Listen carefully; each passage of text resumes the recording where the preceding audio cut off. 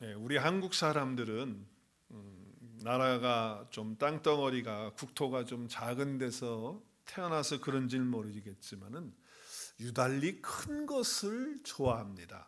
큰 것을. 저만 그런지 모르겠네요. 그래서 우리 미국에 오면 또 미국에서 볼 때 모든 게 다 크거든요. 너무 커요. 막 커가지고 야 대단하다. 그래서 처음에는 좋아요. 근데 너무 크니까 좀 오래 살다 보면 조금 질리는 그런 것도 있고요. 또 너무 크다 보니까 놀라기도 해요. 제가 미국에 처음 와가지고 식물을 보는데 저 한국에서 호박 그렇게 큰 거를 본 적이 없어요. 진짜 호박도 크고요. 수박도 우리 동그라미 이렇게 수박이었잖아요. 근데 여기 오니까 막 길어가지고 수박이 한 덩어리가 들지도 못할 만큼 큰 수박들도 있고 그런 걸 볼 때 야 미국은 참 모든 게 다 크구나.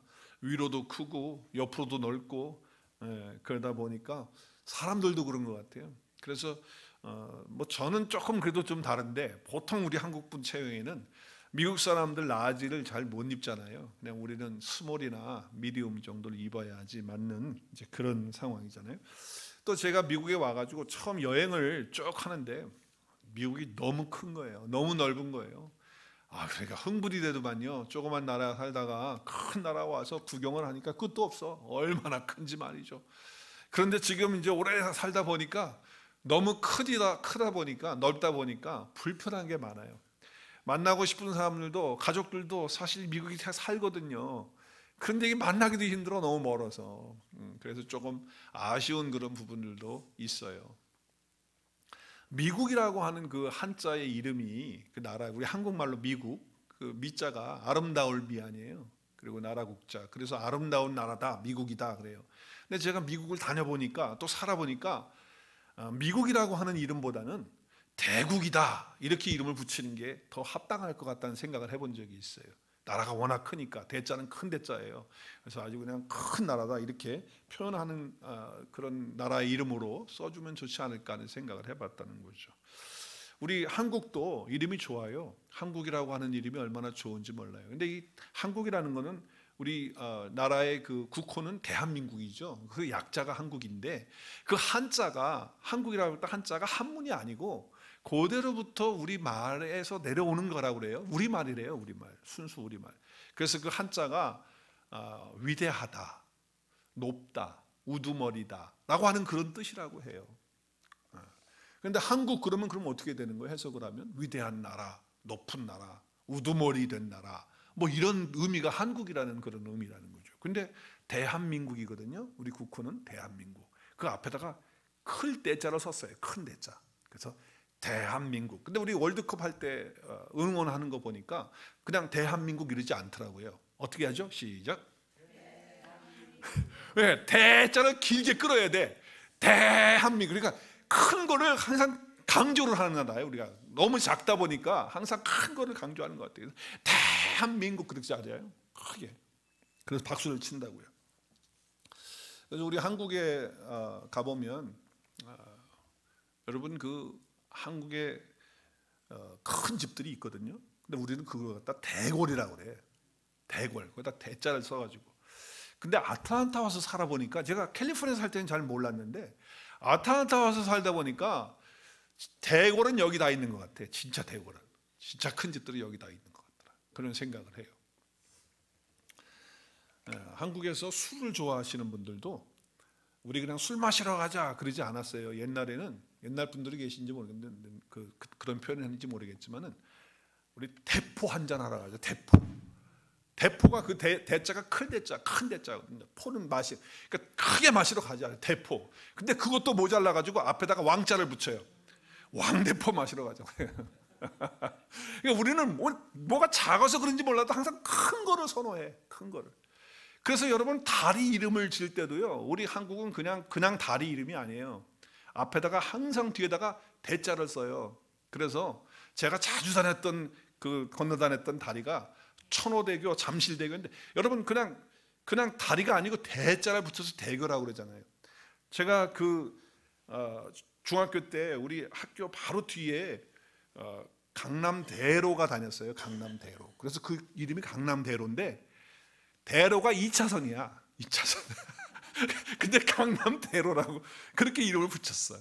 그러니까 얼마나 큰 거를 선호하느냐라고 하는 걸 알 수가 있죠. 우리나라의 원수를 뭐라고 그래요? 우리나라의 최고 높은 분, 그것도 대통령이라고 그러잖아요. 대통령. 그래서 항상 앞에다가 대를 쓰는 것을 볼 수가 있어요. 그러다 보니까 우리 한국 분들은 이 작은 거에 대해서 자꾸 비하시키려는 경향이 많아.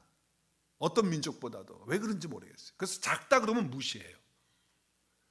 한국말과 관련된 것을 보면 작다는 것은 거의 안 좋은 쪽으로 이렇게 쓰여지는 경향이 많거든요. 그래서 작다고 하는 것은 부끄러워할 일이 아닌데 사람들이 이상하게 부끄러워해요. 내가 좀 모자란다, 뭐가 작다, 좀 뭐가 없다, 그럼 뭐 부끄러운 것으로 생각한단 말이죠. 근데 사실 작은 거에 기죽을 필요가 없는 거예요.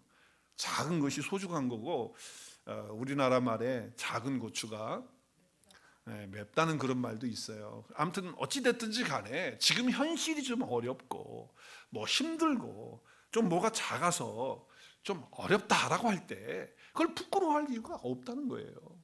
왜냐하면요, 하나님의 나라는 항상 작게 시작을 하기 때문에 그렇다는 거예요. 그래서 우리의 삶에서 정말 작은 것 때문에 부끄러워하거나 그렇게 할 필요가 없다라고 하는 거죠. 지난 주일에 이어서 오늘도 하나님 나라에 대한 비유의 말씀입니다. 천국은 마치 이와 같으니 라고 하면서 말씀을 하시잖아요. 그래서 지금 첫 번째, 두 번째를 지난주에 걸쳐서 말씀을 함께 나눴고, 오늘 주님께서 천국은 이와 같으니 하나님의 나라의 비유에 대한 세 번째와 네 번째 비유인데, 오늘 세 번째 비유가 우리 읽은 말씀대로 겨자씨 한 알의 비유예요. 그리고 네 번째 비유가 누룩 비유. 그래서 오늘 두 개의 비유, 겨자씨와 누룩의 비유에 대한 말씀인 것이죠. 자, 먼저 겨자씨의 비유를 보면 뭐예요? 아주 씨가 작지만은 그렇지만 생명력이 있기 때문에 점점 자라나서 새들이 와서 깃들고 둥지를 트고 큰 나무가 된다. 그래서 안식을 주고 보금자리가 되는 그런 삶을 살게 된다. 하나님의 나라는 보잘것없고 연약한 것들이기 때문에, 시작이 그것 때문에 제자들도 마찬가지예요. 제자들도 참 보잘것없는 사람들이고 수도 작았다는 거죠. 그런데 결국은 생명이 있기 때문에 성장하게 되고 이방인들에게까지, 온 세계 열방에까지 복음의 영향력을 주어서 복음의 열매를 맺게 하는 것이다. 그래서 하나님의 나라가 확장되는 것이다라고 하는 비유를 주시고 있는 거예요. 그러니까 우리가 이 말씀을 통해서 뭐 이해하지 못할 말씀이 없잖아요. 우리 다 이 비유를 모르는 사람이 있겠어요? 누구든지 다 알아듣는 그런 비유라고 하는 것이죠. 그리고 두 번째 누룩 비유는 어떤 비유입니까? 누룩도 마찬가지예요. 누룩이라고 하는 효모가, 이스트가 눈에 잘 안 보이는 거예요. 정말 안 보여. 아주 작은 거예요. 그런데 그것이 밀가루 속에 들어가면, 서말이 되는 그 밀가루 속에, 뭐 요만큼에 되는 밀가루 속에 들어가면 그게 부풀려져 가지고 영향력이 있으면서 변화를 시키는, 변화를 준다는 거예요. 그 반죽에 변화를 줘 가지고 더 크게 부풀어서 확장되어지는 걸 말하는 거예요. 그것도 예수님의 생명이 있다면 결국은 예루살렘과 유다와 사마리아와 땅끝까지 이르러서 주의 복음을 전화시키고 사람들을 변화시키는, 그래서 하나님의 나라가 넓어지고 커지는 그런 역사가 있다라고 하는 것을 주님이 비유로 말씀해 주시고 있는 것이지요. 그런데 지금 하나님의 이 천국의 비유에 대한 말씀을 이렇게 들으면서 제자들은 마음속에 어떤 생각이 있냐면, 우리같이 이렇게 갈릴리 촌딱들이, 그리고 보잘것없는 어부와 같은 사람들이 전부였고 갈릴리 출신들이거든요. 그래 거기 참 사람들이, 거긴 이게 좀 도시가 아니고 그러기 때문에 좀 처져 있는 그런 데라, 거기 출신들이란 말이죠. 근데 우리 같은 이렇게 보잘것없고 작은 사람들이 무슨 하나님의 나라의 확장을 하고 이런 일을 한다고 주님이 이렇게 말씀하시는가라고 하는 그 생각들을 가지고 있었기 때문에 예수님께서는 지금 이 겨자씨와 이 누룩과 같이 작은 것이고 보잘것없는 그런 것들이지만은 생명이 들어가면 모든 것들이 크게 되어지고 영향력 있는 삶을 살고 하나님의 나라를 확장시킬 수 있다라고 하는 말씀을 주고 있다라고 하는 것이에요. 주님은 겨자씨의 이 비유를 통해서 작은 것만을 강조하고 작은 게 중요하고 작은 게 좋은 것이다, 이걸 말하려고 한 게 아니에요. 작은 교훈만 하려고 한다면요, 겨자씨보다 더 작은 것이 있을 수 있어요. 먼지도 더 작을 수 있고요. 모래알도 더 작을 수도 있고 그래요. 근데 그런 것으로 교훈을 하지 않으셨어요. 비유를 하지 않으셨어요. 왜 그래요? 먼지나 모래알에는 생명이 없는 거예요. 그러나 겨자씨나 누룩에는 생명력이 있다는 거예요. 그래서 그 비유를 가지고 작지만 생명만 있다면 자라가게 되고 확장될 수 있다라고 하는 말씀을 주시고 있는 것이죠. 아무리 작아도 겨자씨는 생명이다. 누룩도 마찬가지다.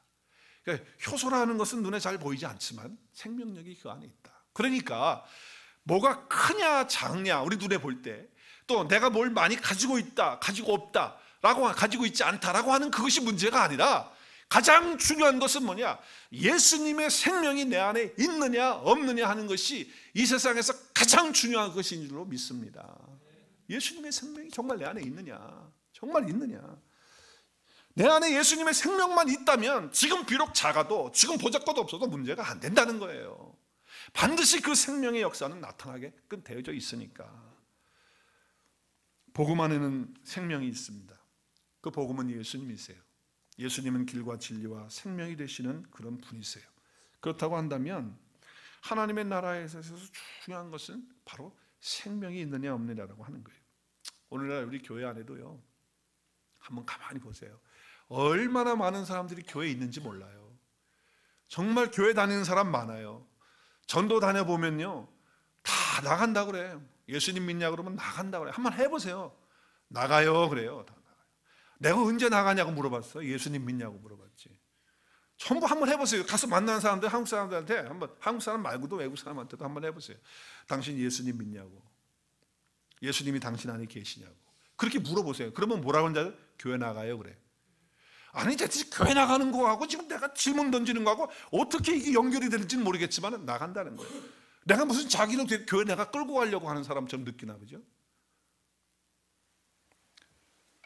교회 안에 많은 사람들이 겉으로는 멀쩡해. 진짜 겉으로 멀쩡해. 그런데 그 안에 예수님의 생명이 없고 생명의 성령의 법이 그 안에 없어. 얼마나 그런 사람들이 많은지 몰라요. 전도를 해보면 피부로 느껴요. 진짜 느껴요. 그래서 예수님도 뭐라고 말씀하셨어요? 청함을 받은 사람, 교회에 나오는 사람은 많은데, 요즘 말로 말하면 청함을 받은 사람 많아, 교회 나온 사람 많아. 그런데 택함을 입은 사람은 적다고 말씀하시는 거예요. 이건 내 얘기가 아니고 예수님이 하신 말씀이에요. 그러니까 적은 것이 부끄럽고 적은 것이 잘못된 게 아니에요. 그 안에 예수님의 생명이 있느냐 없느냐, 정말 하나님의 택하심을 입은 자냐 아니냐라고 하는 것이 중요한 거지. 예수님이 하신 말씀을 같이 한번 선포해 볼까요? 예수님이 하신 말씀이에요. 시작. 청함을 받은 자는 많되 택함을 입은 자는 적으니라. 다들 왜 그래요? 넓은 길을 가기를 원하거든요. 인생을 살면서 편하게 살고 싶거든요. 쉽게 살고 싶거든요. 그리고 많은 무리 속에서 그냥 있고 싶은 거예요. 그러니까 큰 데로 가는 거예요. 그런데 생명이 있는 곳은 협잡해, 좁아. 그러니까 거기 가면 힘들어, 피곤해. 이제 그런 것들이 있는 거예요. 내가 부담이 돼, 내가 희생해야 돼. 왜? 좁은 길로 가야 되니까. 그래서 예수님께서 이와 같이 말씀을 또 하셨어요. 많은 사람들이 넓은 길로 가기를 좋아한다. 생명의 문은 좁은데 사람들이 그 좁은 문, 생명의 문으로는 오려고 하지 않는다 말씀을 하세요. 우리 같이 한번 읽어볼까요? 예수님이 하신 말씀이에요. 시작. 좁은 문으로 들어가라. 멸망으로 인도하는 문은 크고 길이 넓어 그리로 들어가는 자가 어때요? 들어가는 자가 어때요? 많고. 14절. 생명으로 인도하는 문은 좁고 길이 어떻게? 협잡하여 찾는 자가 적음이라. 그러니까 적고 크고 많고 보여지는 그게 중요한 게 아니라는 거예요. 정말 내 안에 예수 그리스도의 생명으로 인도하는 그 생명이 내 안에 있느냐라고 하는 것이 중요한 거라는 거죠. 오늘 주님께서 겨자씨의 비유를 통해서, 이 누룩의 비유를 통해서 제자들에게 주시는 도전이에요. 저와 여러분에게 주시는 도전이라는 거죠. 그러니까 세상과 마귀가 주는 그런 시험이 뭔지도 모르고 그저 그냥 내 마음대로 내 뜻대로 살아가다가 그냥 시간이 좀 되면 예수 믿고 뭐 선한 일 하고 구제하고 좋은 일 하다가 뭐 그게 뭐 문제가 있냐면 내가 그냥 교회 시간 남은 교회 나가고 뭐 편하게 그렇게 하다가 뭐 좀 도울 일 있으면 도와주고 뭐 그렇게 하면 되는 거지, 이렇게 생각하는 사람들이 너무 많다는 거예요. 저는 그런 분들을 만날 때마다 제 속이 너무 답답해. 정말 터질 것 같아.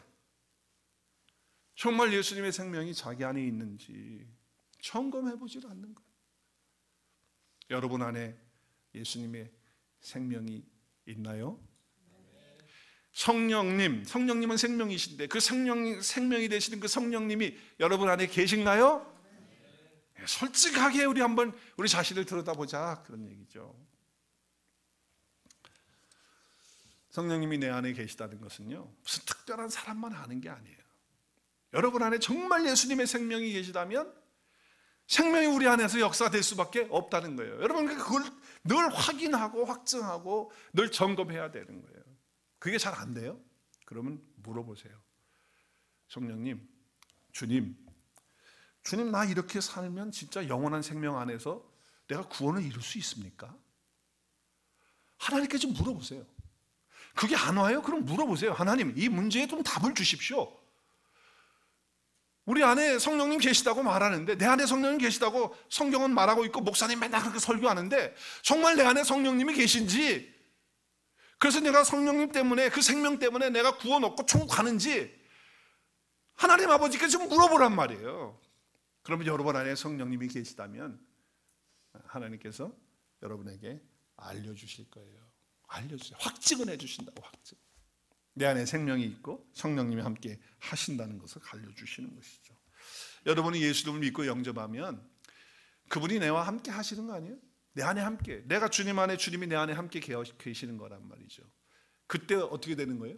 하나님의 나라가 임하는 거예요. 천국이 임하는 거예요. 그래서 천국은 이와 같으니, 겨자씨와 같은 작은 거라도, 누룩과 같이 작은 거라도 그 생명이 우리 안에 들어오면 하나님의 나라는 임했다라고 하는 말씀을 주시는 거예요. 하나님의 나라가 임했다는 거예요. 물론 우리는 주님이 계신 예비하신 아버지 앞에 가서 주님 말씀하셨잖아요. 내가 가서 처소를 예비해서 내가 있는 그곳에 너희들도 다 오도록 그렇게 하시겠다고 주님 말씀하셨어요. 그래서 분명히 우리가 영원히 주님과 함께 거할 주님의 보좌권이 있어요. 거기 가요. 우리 그 장소에 가요. 그렇지만 내가 예수님과 함께하면, 생명이 내 안에 들어오면, 성령님이 내 안에 임재하시면 하나님의 나라가, 그 천국이 나에게 오는 거예요. 그래서 그 천국을 누리게 되는 것이거든요. 그러다가 주님 오시면 완성된 천국으로 들어가는 거 아니겠어요? 또 우리가 주님의 부름을 받으면 그 천국 안으로 들어가는 또 역사를 이루게 될 것이에요. 그래서 바리새인들은 천국을 믿었어요. 사두개인들은 천국을 안 믿었어요. 내사도 안 믿고. 근데 바리새인들은 믿었거든요. 그래서 바리새인들이 하루는 예수님에게 이런 질문을 해요. 하나님의 나라가 어떻게 임하냐? 하나님의 나라가 어떻게 임합니까? 하나님의 나라가 어떻게 임합니까? 이렇게 물어요. 근데 예수님께서 뭐라고 하냐면, 하나님의 나라는 네 눈으로, 육신의 눈으로 보게 임하는 것이 아니다. 그 하나님의 나라는 어떻게 임하느냐 하면서 21절에 누가복음 17장 21절에 뭐라고 얘기하죠? 하나님의 나라는 여기 있다, 저기 있다 하지 못한다. 하나님의 나라는 어디에 있다? 너희 안에 있다. 이미 예수 그리스도의 생명이 들어가면, 성령님이 우리 안에 임재하면, 예수님이 우리 안에 함께 연합되어지는 순간에 하나님의 나라는 내 안에 온다라고 하는 말씀을 주시고 있는 거거든요. 그래서 여기 안이라고 하는 이 헬라어의 단어가 엔토스라고 하는 단어예요. 그래서 그냥 인이 아니고 with 인이에요. 함께 연합이 돼서 뗄 수 없는 그런 관계로 된다라고 하는 그런 표현이에요.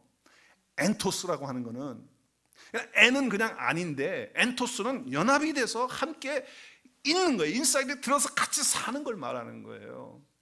그것이 바로 뭐다? 그것이 천국이고 하나님 나라다 라고 말씀을 하고 있는 거예요. 그래서 바실레아 우리가 잘 아시잖아요. 이제 바실레아 킹덤인데, 이 나라인데, 이것은 존재를 말하는 거예요. 여러분과 제가 하나님의 나라의 존재가 되어져 버리는 거예요. 엄청난 거죠. 영원한 존재가 된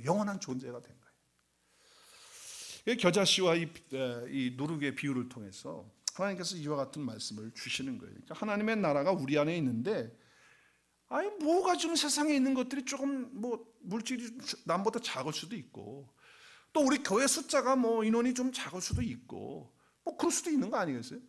또 우리가 가지고 있는 어떤 것들이라든지 내가 사업을 하는 거든지 아니면 내가 집이라든지 뭐 이런 것이 다른 사람보다 작을 수 있어요. 그렇다고 그 작은 것 때문에 기죽거나 주눅들거나 낙심할 필요가 없는 거예요. 우리는 이미 하나님의 나라가 예수 그리스도의 생명을 통하여 주어져 있기 때문에, 할렐루야, 지금 그 말씀을 하는 거예요. 자, 그러면 예수님이 내 안에 거한다고 하는 것이 무슨 의미예요? 예수님이 내 안에 계신다, 나와 함께 사신다. 그러면 예수님 액자 보면서 예수님 얼굴 생각하면서, 그 가짜 얼굴이거든요. 내가 말씀드리는데 조금씩 틀려, 그 액자들이. 근데 그냥 그린 거예요. 그 예수님 얼굴 그대로 아니거든요. 그럼 액자를 보면서 그 액자 생각하면서 그 그림 보면서 예수님이 내 안에, 그러면 예수님이 내 안에 거하는 겁니까? 아니면 뭐 십자가 보면서 십자가 손에 붙들고 있으면서, 아니면 목걸이 여기다 가슴에다 딱 달고 다니면 예수님이 내 안에 계시는 건가요? 그거 아니잖아. 그럼 예수님이 내 안에 거하신다라고 하는 의미가 뭐냐? 그는 요한복음 15장 7절에서 분명하게 우리에게 예수님이 직접 설명을 해주세요. 자, 요한복음 15장 7절이에요. 자, 앞부분만 좀 볼게요. 뒷부분은 나중에 또 설교할 때 하고, 앞에 너희가 내 안에 거하고, 그 다음에 뭐예요? 내 말이 너희 안에 거하면. 그러니까 지금 중요한 게 뭐냐면, 예수님 안에 내가 거하는 것하고, 내 말은 예수님의 말씀이에요. 예수님의 말씀이 내 안에 거하는 것과 똑같다는 거예요. 예수님은 육체로 지금 계시지 않아요. 이 당시에는 예수님이 제자들에게 육체와 함께 있었어요. 육체로 함께 계셨잖아요. 그러니까 주님의 말씀이 그 속에 들어갈 때, 함께 있을 때, 제자들이 말씀을 듣고 그 말씀을 기억하고 그 말씀을 그 속에 담을 때에 예수님이 함께 계시는 거예요, 그 안에. 근데 지금은 예수님이 영으로, 우리 성령으로 보혜사로 함께 계세요. 근데 함께 계시는 게 그게 뭐냔 말이죠. 함께 계시는 게. 그럼 보혜사 성령으로 나와 함께 계시는 예수님이 나와 함께 동행하시는데, 함께 계시는데, 함께 계신다는 말은 바로 예수님의 말씀이 내 안에 있다는 거예요. 그러니까 예수님의 말씀이 없이 말로만 예수님이 내 안에 거하세요, 그거 생각해 볼 문제라는 거예요. 대체 예수님이 어떻게 거하십니까? 말씀 대신, 말씀으로 오신, 말씀이신, 진리이신 예수님의 그 말씀이 내 안에 있을 때 예수님이 내 안에 거하는 거지, 그거 없이 그냥 말로만 느낌으로 뭐 예수님 내 안에 계셔요, 그래서 있는 게 아니라는 거죠. 내 말이라고 하는 것은 여기 my word라고 하는 이 헬라어가 레마로 설명하고 있어요. 그래서 말씀은 두 개의 단어를 써요. 하나는 로고스라고 하는 말씀을 쓰고 하나는 레마를 쓰는데, 로고스는 태초에 계셨던 그 말씀이에요. 그 예수님이에요. 그 로고스. 그 레마는 우리를 살리는 생명의 말씀을 얘기할 때 레마라고 그래요. 그래서 생명을 여기 지금 내 말이 너희 안에 거한다고 하는 것은 생명 되시는 그 말씀, 나를 살리는 그 말씀이 내 안에 있는 걸 말씀하는 거예요. 그 말씀이 내 안에 있는 거다. 그리고 이 말씀은 예수님 비유에서는요, 말씀이 씨로 설명해요. 씨로. 그래서 계속 겨자 씨가 나오잖아요. 말씀을 씨로 비유를 하고 있어요. 그 씨는 뭐가 있다는 거예요? 생명이 있다는, 생명이. 그래서 그 씨들을 스페르마라고 헬라어에서 하는데, 스페르마, 이게 씨앗인데 말씀에 생명이 있는 것을 표현하는 단어예요. 단어. 스페르마라고 하는 단어입니다. 그래서 예수님의 생명이 있다는 것은 그 말씀의 씨가 내 안에 있다라고 하는 거예요. 그러니까 말씀이 내 안에 거하지 않으면 사실은 실제로는 예수님이 내 안에 거하고 있지 않는 거예요. 그걸 체험하지 못하는 것이죠. 그러니까 중요한 것은 예수님이 여러분 안에 계시는 것인데, 예수님이 어떻게 계신다? 생명의 말씀으로 계셔야 된다. 말씀이 내 안에. 그래서 겨자씨 하나과 같은 이 복음의 생명력이, 이 말씀의 능력이 내 안에 나타나야 된다라고 하는 것이죠. 그래서 놀라운 어떤 생명력을 통해서, 이건 내가 하는 게 아니고 내 안에 말씀이 하는 거거든요. 나를 성장시키고 또 나를 확장시키시는 그것이 말씀을 통해서 이루어진다 말씀하고 있는 거예요. 그래서 우리는 성경 말씀을 계속 읽고 배우고 또 먹고 그렇게 살아야 성장하게 돼 있다. 그리고 말씀이 그래서 중요한 것이다. 왜? 말씀은 생명이고 씨앗이기 때문에 겨자씨와도 같고 그 생명이 그 안에 있기 때문에 변화되고 성장하는 것. 누룩도 마찬가지라는 거예요. 변화되고 성장하는 것은 그 안에 생명이 있기 때문에 그렇다는 말씀을 하고 있는 것이에요. 그러므로 그리스도의 생명이 있어야 되는데 그 생명은 말씀이다. 내 안에 말씀이 있느냐. 그래서 제가 늘 얘기하잖아요. 하루에 10분만이라도 정말 하나님의 말씀 앞에, 그리고 정말 기도하면서 하나님과 깊은 교제를 가져보자. 한 1년만 10분씩만 그렇게 1년만 하면 우리 달라진다, 변화된다, 성장된다. 한번 해보자. 할렐루야. 여러분 다 바쁜 줄 알아요. 24시간 있는데 어떤 분이 저한테 그러더라고요. 목사님, 저한테는 4시간이 더 있었으면 좋겠어요. 그러더라고요. 정말로 얼마나 바쁘고 힘들면 그러겠어요. 잠잘 시간이 없다는 거예요. 그런 와중에도 주님과의 나와의 생명이 내 안에 있으니까 주님과 나와의 10분 만에 그런 교제의 시간을 갖고 말씀의 생명의 씨앗이 내 안에서 자랄 수 있도록 그렇게 시간을 갖는다면 주님께서 놀라운 변화와 성장을 우리에게 주실 거예요. 여러분에게 세상적으로 볼 때 내어놓을 만한 지식이나 학식이나 명예나 젊은이나 권세나 어떤 건강이나 능력이 우리 안에 화려하게 훌륭하게 그게 조건으로 없을 수 있어요. 또 여러분이 섬기는 교회가 화려하고 크고 건물도 그렇고 숫자도 그렇고 그렇게 큰 그런 거 아닐 수도 있어요. 그게 문제가 아니라 진짜 문제는 내 안에 예수 그리스도의 생명이 있느냐, 그 말씀의 씨가 내 안에 정말 있느냐라고 하는 거예요. 그러면 우리는 반드시 그것이 있다면 그 복음의 영향력, 말씀의 영향력이 내 삶을 통해서 나타나게 되어져 있다는 거예요. 예수 믿고 우리가 주 안에 있게 되면 나는 누굽니까? 그러면 우리가 이제 환경 탓하고 그렇게 할 그게 없는 거예요. 그게 되질 않는 거예요. 이제는 내 속에서 변화가 일어나고 놀라운 역사가 일어나기 때문에 그런 거거든요. 저와 여러분이 누구예요? 우리는 십자가 안에서 새로워진 존재 아닙니까? 나를 위해서 예수님이 죽어주실 만큼 가치가 있는 존재가 저와 여러분인 거예요. 저는 가끔 십자가를 묵상할 때, 주님이 나를 위해서 죽어주시는 것을 묵상할 때 정말 하나님이 자기 아들을 죽일 만큼 나를 그렇게 가치 있게 여기시는 이유가 뭘까? 내가 아무리 나를 봐도 나는 그런 존재가 못 되거든요. 내 속도 그렇고 내 생각도 그렇고 내 자신이 그래요. 정말 그렇게 가치 있는 존재가 아니거든요. 근데 하나님이 나를 그렇게 가치 있는 존재로 여겨주시고 예수님과 바꾸실 만큼, 자기 아들과 바꾸실 만큼 가치 있는 자로 저와 여러분을 세워주셨어요. 불러주셨고요. 그러면서 나를 바라보실 때 어떻게 바라보십니까?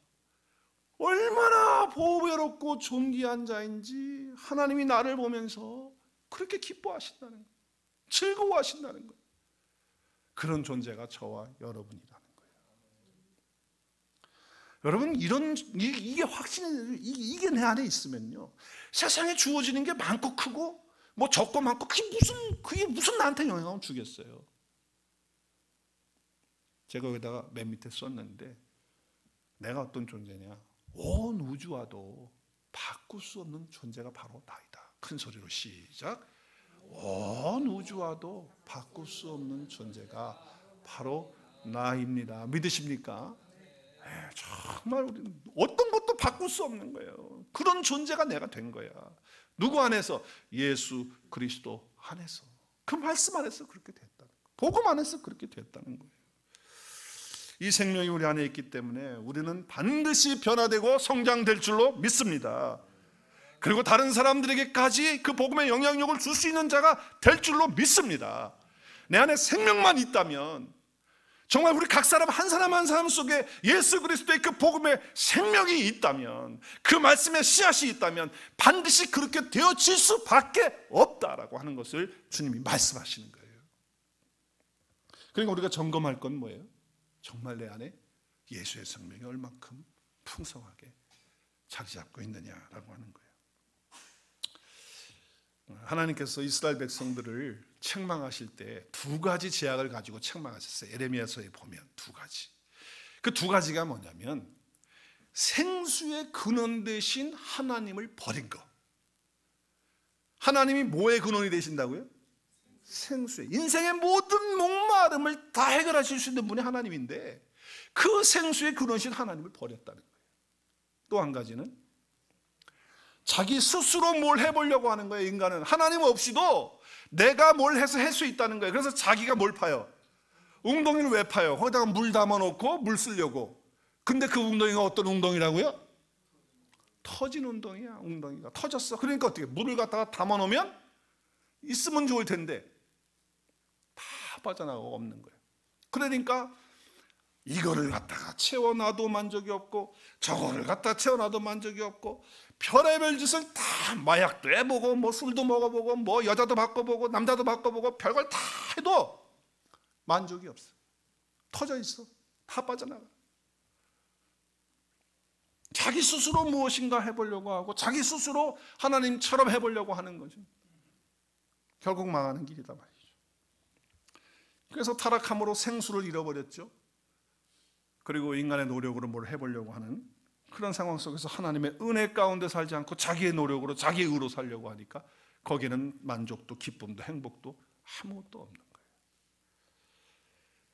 그런데 예수님이 이 땅에 오셔서 나를 대신해서 죽으시고 내 죄 때문에 그리고 부활하시고 그리고 승천하신 후에 오순절에 보혜사 성령으로 우리 가운데 오셔서 우리로 하여금 그 예수 그리스도를 알게 하시고 믿게 해주셨어요. 할렐루야.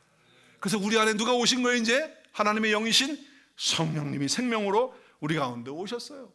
그래서 잃어버렸던 생수의 근원, 그 하나님 예수 그리스도가 생수의 근원이신데 그 생수의 근원이신 예수님이 오시니까 우리 속에서부터 깊은 곳에서부터 뭐가 흘러요?